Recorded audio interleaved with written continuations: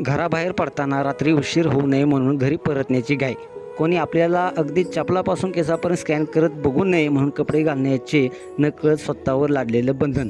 अनोळखी चालकाबरोबर प्रवास करण्याची भीती आदी अनेक गोष्टी महिला तरुण यांना रोज अनुभवायला मिळत असतात. कधीकधी स्वतःवर बंधन म्हणून नाही तर वाईट नजरेपासून स्वतःचे संरक्षण करण्यासाठी प्रत्येक बाईला स्वतःच्या जीवनात बदल करावे लागतात. पण जर माणसांनीच बघण्याचा दृष्टिकोन बदलला, त्यांना आदराने या महिलांना वागवलं तर कदाचित अशी परिस्थिती कधीच उद्भवणार नाही. नुकताच एका महिला प्रवाशाने कॅबमधून प्रवास करतानाचा एक अनुभव शेअर केलेला आहे. ही महिला तिच्या नवजात बाळासह कॅबमध्ये प्रवास करत होती आणि तिला तिच्या बाळाला स्तनपान करायचे होते. तिच्याकडे स्वतःला झाकण्यासाठी आवश्यक वस्तू नव्हत्या, त्यामुळे तिने बाळाला स्तनपान करण्यास सुरुवात केली. हे बघताच कॅब ड्रायव्हरनं परिस्थिती लक्षात घेतली आणि जाणीवपूर्वक त्याचा रिअर व्ह्यू मिरर अशा स्थितीत फिरवला की जिथून त्याला मागची सीट अजिबातच दिसली नाही. हे बघून त्या महिलेला देखील धक्का बसलाच, पण तितकाच तिला आनंद देखील झाला. महिलांना कॅब आणि ऑटोमध्ये अस्वस्थ वाटणे हे आता सामान्य गोष्ट झाले.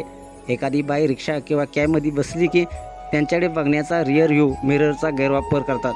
महिलेसारख्या नवीन आईसाठी बाळाबरोबर प्रवास करताना आणि त्याला प्रवासात दूध पाजणं म्हणजे मोठं आव्हानच असतं. अशावेळी या महिला फक्त प्रवासी नसतात तर एक आईसुद्धा असतात.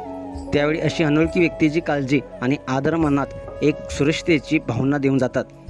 ज्यामुळे या अनुभवाने या महिलेला आठवण करून दिले की दयाळूपणा आणि आदर छोट्या छोट्या गोष्टींमधूनही किंवा कृतीमधून देखील दिसून येतो. हा व्हायरल झालेला व्हिडिओ इंस्टाग्रामवरती शेअर करण्यात आला असून नेटकरीसुद्धा हा व्हिडिओ पाहून भारावून गेले आहेत. त्यांनी दाखवलेल्या आदराची तुम्ही मनापासून दखल घेतली हे पाहून छान वाटलं. तू त्यांना टॅग कर म्हणजे ही गोष्ट इतरांना देखील शिकू शकतील. आधी अशा अनेक कमेंट्स नेटकरी व्यक्त करत आहेत.